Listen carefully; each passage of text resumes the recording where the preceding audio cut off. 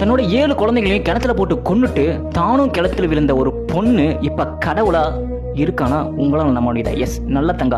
இந்த பொண்ணோட கடை ரொம்பவே சோகமாக இருக்கும். ஸோ நான் உங்களுக்கு சொல்கிறேன், தெரிஞ்சுக்கோங்க.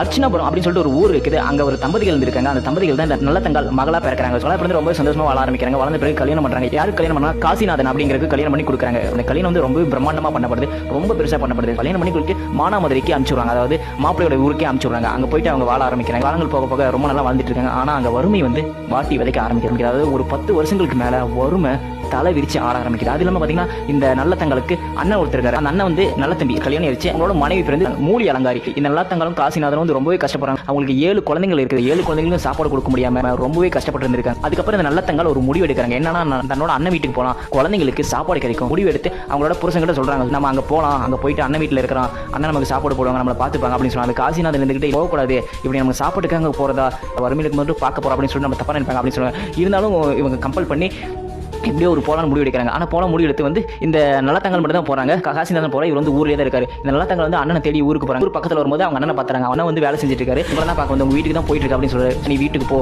அங்கே மூலி அலங்காரிக்கா உன்னை பார்த்துப்பா, நீ போ, முன்னாடி போங்கிறாரு. நல்லத்தவங்க வந்து வீட்டுக்கு போறாங்க. வீட்டுக்கு போய் எவ்வளோ நேரமா கதவு தட்டி தொடக்கவே இல்லை. கதவு திறக்கிறதுக்கு முன்னாடியே உள்ள இந்த சாப்பாடு பழங்கள் எல்லாத்தையுமே ஒழிச்சு வச்சிடறான் அந்த மூலி அலங்காரி. உள்ள போனோடனே எதுக்கு இங்கே வந்த, நீ இங்கே வரக்கூடாது அப்படின்னு சொல்லிட்டு மூஞ்சில் அடிச்ச மாதிரி பேச ஆரம்பிச்சிருக்காங்க.